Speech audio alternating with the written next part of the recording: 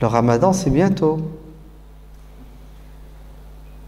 Et c'est quand le ramadan d'ailleurs? 17 ou 18. Vous êtes toujours dans le doute, vous? Oh non. Oh là là. 17 ou 18. Il n'y en a pas un qui dit le 19, non? Vous n'êtes toujours pas sorti du doute. Waouh. On est en 2015 quand même, non? Vous savez qu'il y a des satellites? Non? Vous ne savez pas? Vous savez, chaque année c'est la même chose, subhanallah. Chaque année, la même histoire. Normalement, quand on ne sait pas, on fait quoi? Ben, on apprend pour savoir, oui ou non. Quand on doute, on fait quoi? On combat le doute. C'est quoi l'ennemi du doute? C'est la science. Pourquoi est-ce que les musulmans, chaque année, ils te disent la nuit du doute? Mais le doute, c'est pas bon, c'est pas beau, c'est pas positif. Hey. Tu veux partir en vacances, tu as un avion. Tu sais pas c'est quel terminal. Le 1, le 2, le 3. Tu doutes. Tu fais quoi? Tu attends 5 minutes avant, tu arrives, tu lèves le doute, tu combats le doute, tu te renseignes. Dans les choses de la vie, on fait tout pour être précis et professionnel. Vrai ou faux? Dès qu'il s'agit du din, on fait du travail d'arabe.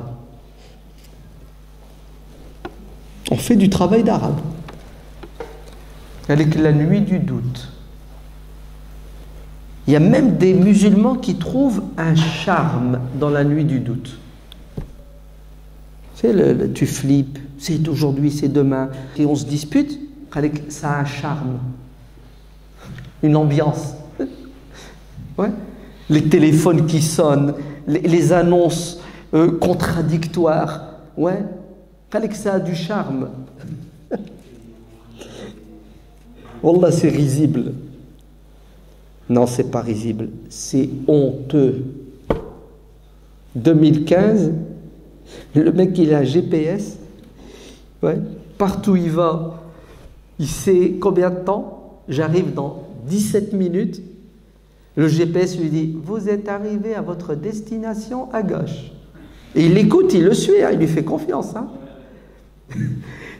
Et pour la Lune, quand le croissant va naître, je ne sais pas. Bah, demande à la petite voix, si tu ne sais pas. Dès que tu lui as demandé où tu veux aller, l'adresse, demande-lui, elle va te le dire. Ouais. Tu tapes. Ouais. Le croissant lunaire, conjonction, le mardi 16 juin à 14h05. C'est vrai ou c'est faux? C'est vrai ou c'est faux? Comment? C'est vrai ou c'est faux? Vous avez vu? Le mardi 16 juin, 14h05. J'ai oublié les secondes. Hein. Vous voulez les secondes? 35 secondes. Vous voulez quoi? Les centièmes? 26 centièmes. On ne sait pas c'est quand. Toi, tu ne sais pas. Toi, tu ne sais pas. La petite voix, elle sait. Les savants savent. Les astrophysiciens savent. Là, il faut qu'on reste dans le doute. C'est incroyable, subhanallah. C'est flippant même. Tu te dis, mon Dieu, jusqu'à quand est-ce qu'on va rester dans ce niveau de compréhension et de pratique de la religion?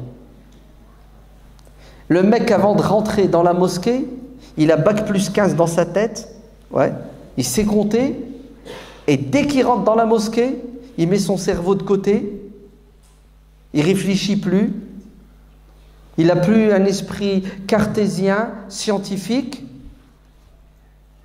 L'imam lui dit, la nuit du doute, il dit Amen. Il dit Amen. C'est terrible. Réveillez-vous, musulmans. Sinon, on n'est pas clair. Vous entendez? On n'est pas clair. Vous n'arriverez jamais à unir la communauté musulmane de France si vous ne levez pas votre niveau intellectuel, si vous ne gardez pas votre esprit critique dans la compréhension et la pratique de votre religion. Si vous continuez à vous complaire dans votre posture de mouton de panurge qui écoute et suit sans critiquer, nous allons continuer à nous disputer, à nous diviser, nous entredéchirer. C'est une désobéissance à Dieu. Dieu dit wa'tasimu bihablillahi jami'an wa la tafarraqu. Unissez-vous et ne vous divisez pas. Et il n'y a qu'une chose qui peut nous unir. Vous savez c'est quoi? C'est la vérité. Et toi, tu n'as pas la vérité, tu as le doute. Vous avez compris? Tu as le doute. Puisque je te dis, c'est quand le ramadan, tu dis, je ne sais pas. Donc, tu n'es pas une référence puisque tu ne sais pas. Demande à ceux qui savent, non? C'est pas... Si vous ne savez pas, demandez à ceux qui savent. Tu veux savoir c'est quand le début du mois? Tu ne sais pas. Bah, demande à ceux qui savent. Quand tu es malade, tu ne sais pas ce que tu as comme maladie, tu demandes à qui? Au médecin. Pourquoi? Parce qu'il sait. Il a fait 10 ans d'études, c'est ça? Et pourquoi la lune, tu demandes à l'imam? Pourquoi la lune, tu demandes au président de l'association? Demande au médecin, demande à l'astrophysicien. Il va te dire c'est quand le début du mois. Mais en vérité, les musulmans, quand ils sont malades, il a mal à la tête, il a mal aux genoux, ben ils demandent à l'imam aussi. C'est ça le problème. Il va voir l'imam, il lui dit, écoute, tu sais, j'ai un problème. Ouais. J'entends dans mon oreille une voix, tu sais, un chuchotement. Ouais. Il peut partir voir l'ORL, il est parti voir l'imam. Et vous savez ce qu'il a dit l'imam? Oh oui, ça c'est un djinn siffleur. Tu sais, il s'est planqué dans ton tampon là, puis il siffle. Et tu sais pourquoi il fait ça? Parce qu'il est jaloux. Oui, et il le croit, le musulman. Il même lui dit, t'as un problème avec ta femme? Viens. On t'a fait un sihr. C'est quelqu'un qui est jaloux, qui t'a envoyé des genoux. Pourquoi? Pour que tu te disputes avec ta femme. Donc toi, tu flippes. Non, c'est pas vrai. C'est des genoux qui m'empêchent de dormir la nuit. Oui. Bah, les genoux, tu peux pas aller voir ton médecin. Il croit pas aux genoux. Tu peux pas. Donc l'imam, il t'a préparé quoi? Il t'a préparé la potion magique. Je vais te faire une roquia. Viens. Et il te glisse une roquia au nom de la religion. Le problème de la roquia, c'est qu'elle n'est pas remboursée par la Sécu. Et la mutuelle ne la reconnaît pas. Et les musulmans avalent. Et ils acceptent. Ils sortent de la mosquée. Le mec, il est chef de projet dans la plus grande société. Il dirige 50 personnes. Dès qu'il est dans le religieux, ça devient un mouton. Tu lui fais avaler ce que tu veux au nom de la religion. Vous savez pourquoi? Parce qu'on croit que la religion, c'est contraire à la raison, contraire à la science. Est-ce que vous savez qu'il y a des savants musulmans qui sont allés jusqu'à dire, écoutez bien, le propre de la communauté musulmane, ce qui la différencie des autres, c'est l'illettrisme. On ne sait ni lire, ni compter. C'est pour cela qu'il est interdit d'utiliser les méthodes scientifiques. Oui. Restez bête, illettré. C'est ce qui fait votre charme, votre beauté. C'est terrible ou c'est pas terrible? Ben oui. C'est notre héritage. Il y a du positif, il y a du négatif. Ah non, il faut accepter l'héritage. Non, je n'accepte pas l'héritage quand il n'est pas bon. Je le tamise. Ce qui est bon, je le garde. Ce qui n'est pas bon, je le jette à la poubelle. Ah, il a dit que nos anciens, nos savants disent des bêtises. Mais bien sûr qu'ils disent des bêtises. Et pourquoi ils ne les diraient pas? Ce sont des êtres humains. Bien sûr qu'ils se trompent. Non. Nous, quand quelqu'un a une barbe, quand il a un truc sur la tête, quand il parle en arabe, on dit quoi? Sadaqallahu al-azim. Confusion totale entre la personne et Dieu. Parce qu'il a parlé au nom de Dieu. Confusion totale. Attends, tu vas quand même pas remettre en question Dieu et son prophète. Le prophète sallallahu alayhi wa sallam a dit: jeûnez lorsque vous le voyez. Donc on doit le voir. Tu veux pas le voir, tu es contre la sunna. Quel mensonge! Oui, le prophète a dit: jeûnez lorsque vous le voyez. Je le sais. Mais il a dit aussi, lorsque tu vas aux toilettes, tu te purifies avec un caillou. 3, 5, 7, au choix. Tiens, elle passe pas celle-là.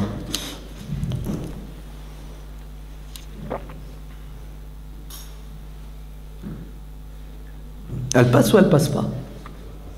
Elle passe pas. Hein? Ah oui, c'est méchant ce que je dis. Ah ouais, c'est... Hein?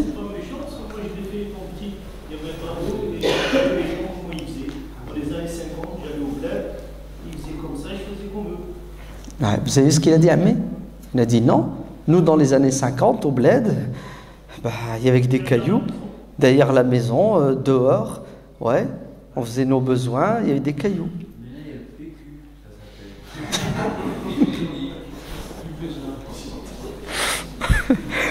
Donc,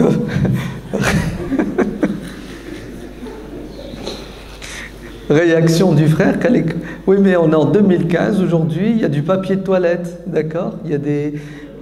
Il y a d'autres... Tu es contre la sunna.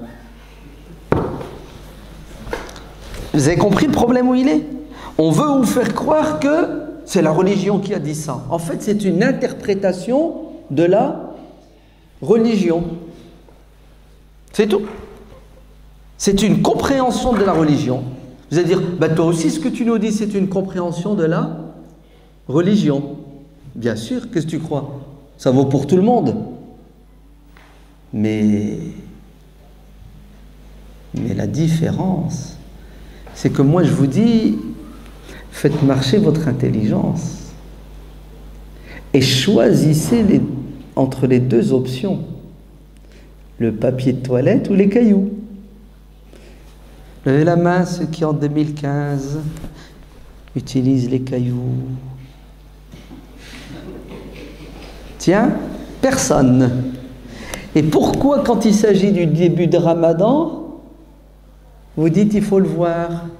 Pourquoi vous n'utilisez pas la petite voix?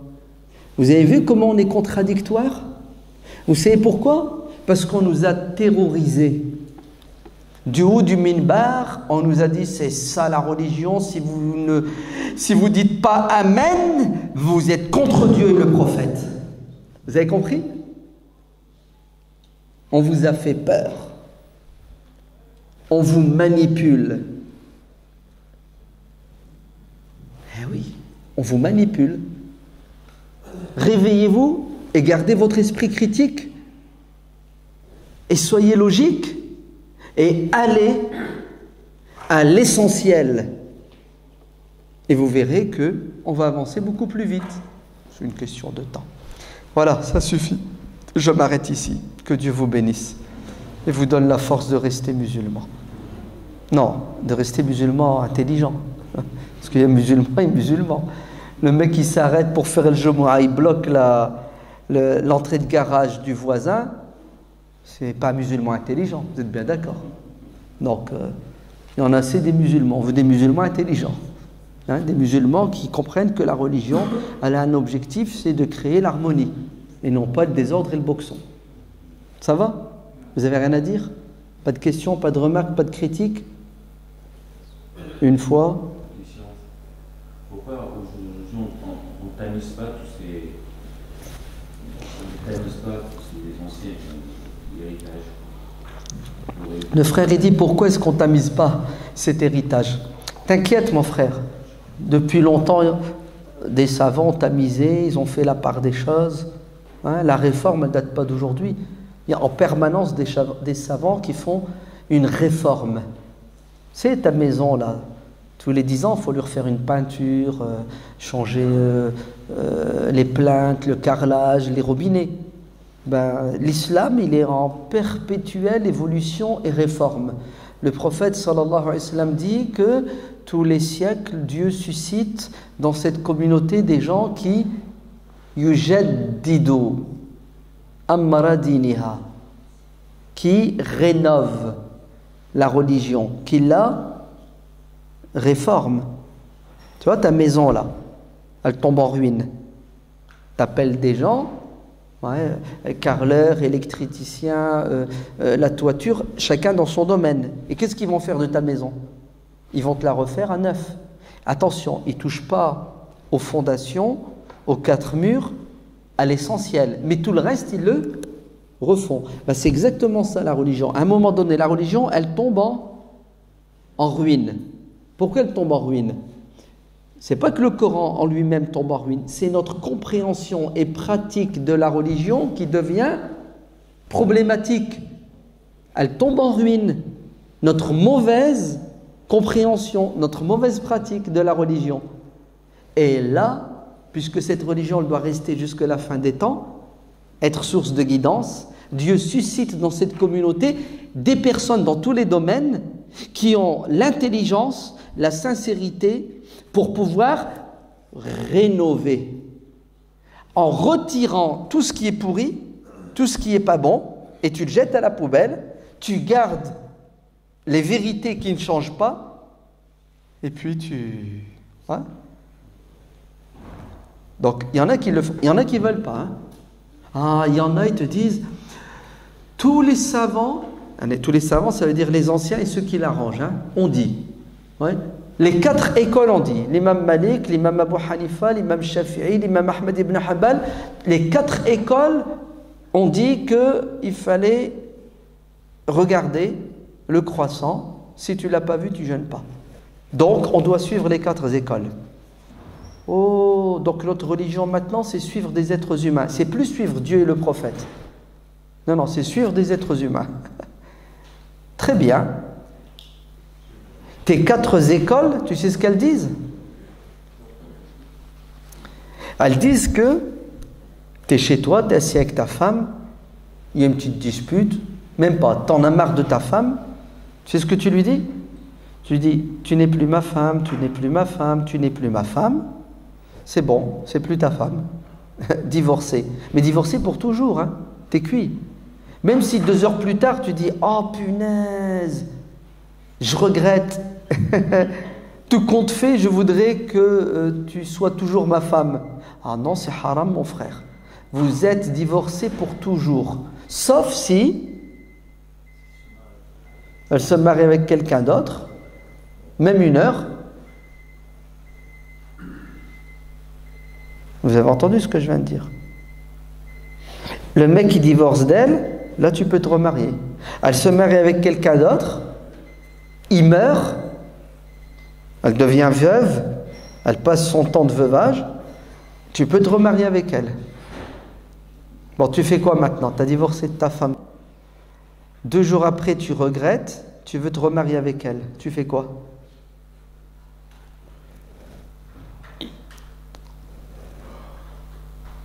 Donnez-moi une solution.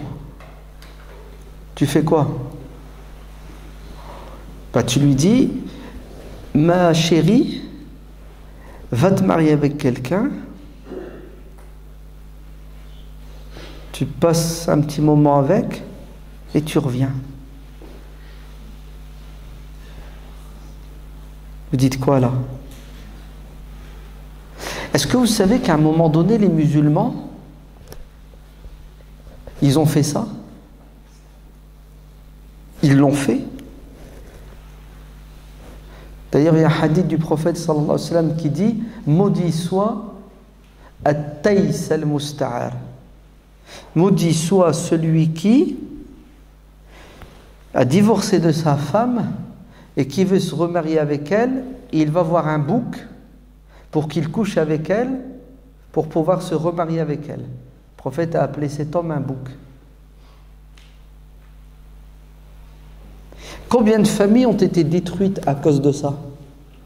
Il faut attendre le 8e siècle pour qu'un homme, un savant courageux qui s'appelle Taqiyuddin Ahmad ibn Taymiyyah, se soulève contre cette opinion des 4 écoles et qui dit: si tu divorces de ta femme 1 fois, 2 fois, 3 fois, ça compte que pour 1 fois.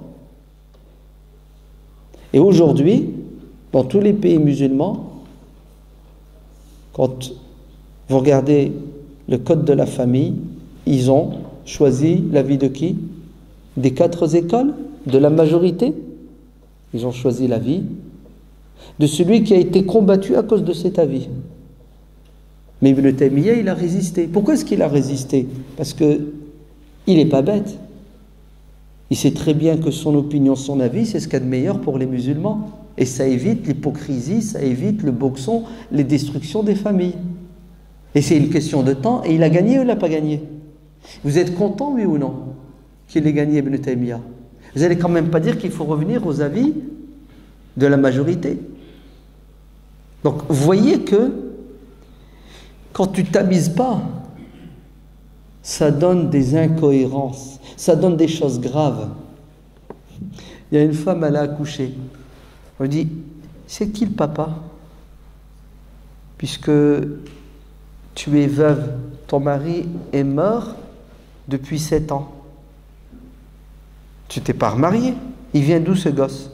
Vous savez ce qu'elle leur a dit? C'est le fils de mon mari qui est mort. Ah, t'es sérieuse? T'es sérieuse? Elle a dit: ben oui, ça fait 7 ans que je suis enceinte. Ça marche ou ça marche pas? Qu'est-ce que t'en penses? Ça marche ou non? Levez la main ceux qui disent oui, ça marche. Personne. Vous êtes bizarre, vous. Est-ce que vous savez qu'elle s'est retrouvée au tribunal et que le juge musulman, il a tranché et il a dit: oui, c'est possible qu'une femme reste enceinte pendant 7 ans. C'est un avis dans le madhab de l'imam Malik. Et pour les autres savants, une femme peut rester enceinte 4 ans. Donc la meuf, son mari est mort, 4 ans plus tard elle accouche. C'est qui son père? C'est celui qui est mort il y a 4 ans. Vous savez pourquoi? Vous savez pourquoi? Parce que une femme a dit à Aïcha, radiyallahu anha, une femme, elle peut être enceinte pendant combien de temps? 2 ans. Dans une version, 4 ans. Alors, tu prends l'héritage? Tu l'acceptes? C'est bon? Vous n'avez plus rien à dire? Oui, mon frère. Wa alaykoum salam. Les textos qui circulent, l'éclipse aura lieu vendredi à 10h40. Et les musulmans, faites la prière, c'est une sunna. Tout le monde a dit Amen. Il y a plusieurs explications. Je vais te donner. Non. Oui. Cette horloge, elle est rouge, elle donne une lumière rouge. Il faut passer par A plus B pour faire croire que. Très bien. Que ça rentre pas. Le frère, il fait la remarque suivante. Il dit: je ne comprends pas pourquoi. Il n'y a pas longtemps, on nous a annoncé une éclipse. C'était un vendredi d'ailleurs, qui aura lieu à telle heure. Et on nous a dit: faites la prière de l'éclipse. Et on s'est basé sur ces données scientifiques exactes, précises, à la seconde prête, d'accord? Mais dès qu'il s'agit du début ou la fin du mois de Ramadan, toute cette logique, ce bon sens, on les met de côté et on tombe dans la cacophonie. Ouais? Le bruit, 50 000 opinions qui se contredisent. Effectivement, mon frère, ce que tu dis, c'est vrai et c'est désolant. C'est même attristant. Alors, c'est dû à quoi? C'est dû à beaucoup de choses. C'est dû à certaines personnes sincères qui pensent et qui croient que il faut prendre à la lettre ce que le prophète sallallahu alayhi wa sallam dit, notamment dans ce domaine, puisque le prophète a dit jeûnez lorsque vous le voyez. Et pour eux, il faut voir le croissant pour pouvoir commencer le jeûne du mois de Ramadan. Ils sont littéralistes. Ce qu'on peut leur reprocher, c'est que ils ne sont pas cohérents. Ils sont littéralistes. Parfois, et parfois ils ne le sont pas. Le prophète a dit jeûnez lorsque vous voyez le croissant, donc pour eux il faut le voir. Le même prophète dit dans le même livre, le Sahih de l'imam Muslim, le soir, lorsque vous voyez le soleil se coucher, vous mangez. Donc le prophète nous indique que pour manger le soir du Ramadan, qu'est-ce qu'on doit faire? On doit voir le soleil se coucher. Idha ra'aytum ash-shams. Lorsque vous voyez le soleil se coucher, vous rompez votre jeûne. Est-ce qu'il y a quelqu'un parmi vous ici qui attend le soir, qui sort et qui sculpte l'horizon pour savoir si le soleil se couche? Il n'y a personne qui le fait. Est-ce que vous attendez un coup de fil de quelqu'un ou un texto qui vous dit « Vas-y, mange, je l'ai vu » Il n'y a personne qui fait ça. Nous tous, on se base sur quoi? Sur des calendriers établis par des spécialistes qui définissent le coucher du soleil à la seconde prête. Très bien. Contradiction. Les mêmes spécialistes disent le croissant quand il naît. Tu ne veux pas les écouter et les suivre au nom du hadith du prophète. Mais par contre, le même hadith du prophète te dit quand tu vois le soleil se coucher, tu dois rompre ton jeûne. Ben là, ils le mettent de côté. Et c'est l'histoire des cailloux que je t'ai raconté. D'accord? Deuxième type de personnes. Ce sont des gens qui sont sincères, mais ils n'ont pas de science. Ils ont juste des connaissances dans la religion. La science, les mathématiques, la physique, la biologie, ils n'ont pas de culture scientifique. Si bien qu'ils sont capables de te prouver A plus B au nom de la religion que la Terre ne tourne pas. Vous l'avez vu Ouais.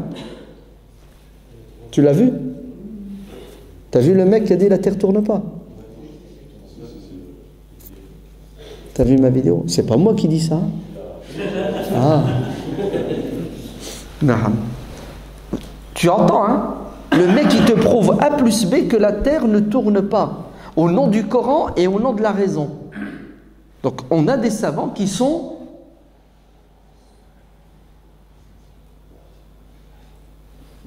bon, je m'arrête. Ça va? Vous me suivez? Troisièmement, nous avons des gens qui sont malhonnêtes. Tout ce qui les intéresse, c'est d'exister. Et pour exister, il faut qu'ils nagent à contre-courant.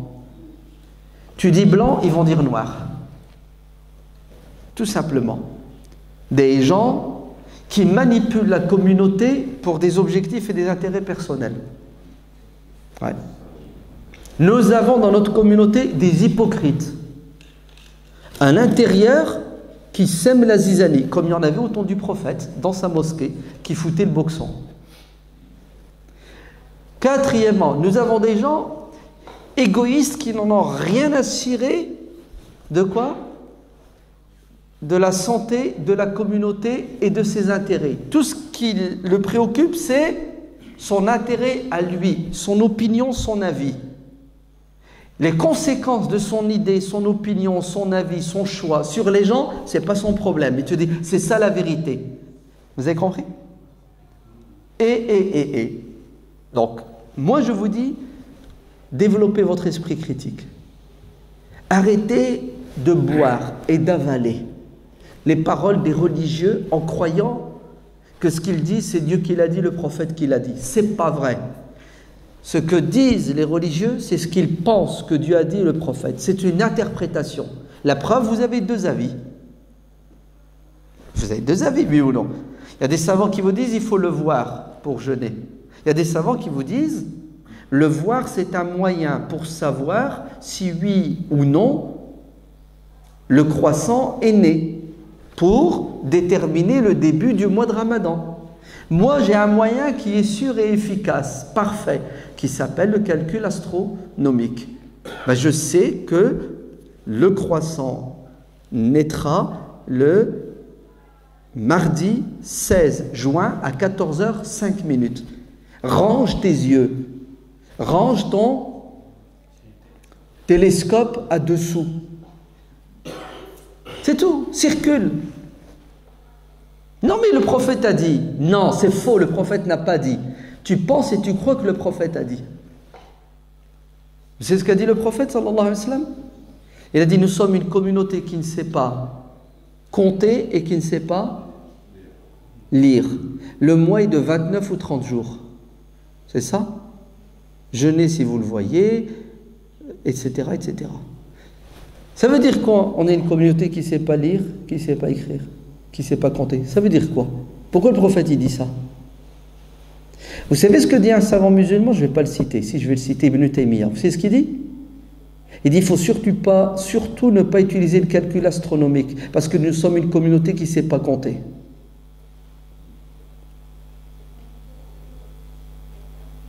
Vous avez compris, oui ou non? Le prophète a dit, nous sommes une communauté qui ne sait pas compter. Le mois est de 29 ou 30 jours. Jeûnez si vous le voyez pas, vous finissez 30 jours du mois de Sha'ban. Ibn Taymiyyah dit, il ne faut pas utiliser le calcul pour définir le début du mois de Ramadan ni sa fin, parce que nous sommes une communauté qui ne sait pas compter. Et le propre de la communauté musulmane, c'est de rester une communauté illettrée, ummiya. Donc restez comme ça. C'est terrible ou c'est pas terrible? Et c'est étonnant qu'Ibn Taymiyyah dise ça, alors que c'est un Pentium 4, c'est une pointure. Mais non, c'est pas étonnant. C'est un être humain comme les autres. Il dit des choses véridiques et il se plante. Comme notre savant, qui te dit, la terre ne tourne pas, au nom du Coran et au nom de sa logique. Vous le suivez, vous ne le suivez pas? Vous le croyez, vous ne le croyez pas, ce savant? Levez la main ceux qui disent que la terre ne tourne pas. Levez la main. Pourquoi vous avez peur? On est en France. On n'est pas en Égypte. Personne ici ne lève la main. Et pourquoi, quand Ibn Taymiyyah vous dit il ne faut pas utiliser le calcul pour définir le mois de Ramadan, l'imam Malik vous dit il ne faut pas utiliser le calcul pour définir le mois de Ramadan, vous dites quoi? Ah, il faut respecter les savants. Tous les savants sont d'accord. Ah, ouais, le savant il vous a dit la terre ne tourne pas. Et vous n'en voulez pas. Qu'est-ce que tu fais? Il y a des savants qui disent ça, d'autres savants qui disent ça. Donc, elle est où ta tête? non, parce que ma tête, moi je suis pas un savant. Je peux penser avec ma tête, je peux me tromper. Non, t'écoutes les deux arguments, t'es d'accord? Regarde, vas-y, on va faire un test. C'est lequel des deux qui te paraît le plus logique, le plus intéressant, le plus proche de la vérité? N'aie pas peur. J'en ai pas. Rien du tout, t'as pas de choix, t'as pas d'avis. Stop, t'as le droit, t'as le droit. C'est lequel des deux qui te paraît le plus logique? Étant donné qu'on utilise le calcul tous les jours pour déterminer l'heure de la prière, pourquoi à ce moment-là on ne l'utilise pas? On ne va pas sortir pour voir la rassage si on met une lance, est-ce que l'ombre correspond à un truc? On ne fait pas ça. On le fait pas. On le fait pas. Bah, tu es contre la sunna. Et l'imam al-Qarafi a dit que tu dois faire ça. Mais parce que c'est contextualisé à son époque et aux moyens qu'il a à ce moment. Donc tu ne veux pas respecter les savants. Vous avez vu la terreur? Vous avez comment je le terrorise? Regardez sa logique, son bon sens. Vous avez vu comment il réagit? Pourquoi vous avez peur de donner votre opinion? Pourquoi, quand quelqu'un parle avec un turban, avec une beubare, vous vous mettez en mode, vous flippez? Bon sang, dites que, écoutez, je ne suis pas d'accord avec ce que vous avez dit, c'est bête et stupide ce que vous dites. Vous avez compris? C'est tout, c'est comme ça que je vous dise. C'est malheureux. On nous a mis dans la tête qu'il faut écouter, suivre et obéir. Vous savez ce que disent certains? Notre religion, c'est le Coran, la Sunna. selon la compréhension des salaf salih. Vous entendez? Coran, sunna, plus comment les salaf salih ont compris. Vous savez ce que ça veut dire? Ça veut dire, vous n'avez pas de cerveau pour penser et réfléchir. Vous êtes sous tutelle intellectuelle, religieuse et spirituelle. C'est les anciens qui ont tout pensé, et comme ils sont anciens, ils sont meilleurs que les nouveaux. Donc vous allez vous taire et suivre. Et wallah, c'est un mensonge et une arnaque. Parce que les salaf salih, ce sont des êtres humains. Ils ont le même cerveau que nous. 2, ce sont des êtres humains avec des qualités et des défauts. 3, ce sont des êtres humains qui ont utilisé leur intelligence pour comprendre le Coran et la Sunna. Nous n'avons pas à passer par eux pour comprendre le Coran et la Sunna. Vous savez pourquoi? Parce qu'ils ont compris le Coran et la Sunna dans leur contexte, à la lumière de leur culture, de leur savoir. Et leur contexte est différent du nôtre, leur culture et leur savoir sont différents des nôtres. Vous m'entendez? Au nom de quoi? Le mieux, c'est que les salaf salih, ils avaient plusieurs interprétations. Ils étaient divergents. Il n'y a pas une question dans le droit musulman, si ce n'est qu'elle n'ait fait l'objet d'interprétation et de discussion. J'exagère quand je dis il n'y a pas une. Il y en a quelques-unes, celles qu'on appelle ma'ulima min ad-din bid-darura, des évidences. Ouais. Mais sinon, écoutez bien, tout le reste, 1 million de questions dans le droit hanafite. Écoutez bien, un avis et son contraire. L'imam Ahmed ibn Hanbal te dit ça c'est halal, l'imam Abu Hanifa il te dit c'est haram. Voilà les salaf salih. Abdullah ibn Omar te dit c'est haram, Abdullah ibn Abbas te dit c'est halal, le contraire. Omar ibn al-Khattab il dit c'est haram, Zayd ibn Thabit il dit c'est halal. Pourquoi? Pourquoi? Et que ce sont les salaf salih, ils n'étaient pas d'accord. Vous savez pourquoi? Parce que Omar ibn al-Khattab il a pensé et Zayd a pensé, ça n'a pas donné le même. Et tous les deux, ils ont pensé à la lumière de quoi? Du Coran et de la Sunna. Et pourquoi tu me terrorises? Et tu me dis, c'est ça la vérité. Moi, je suis le prophète.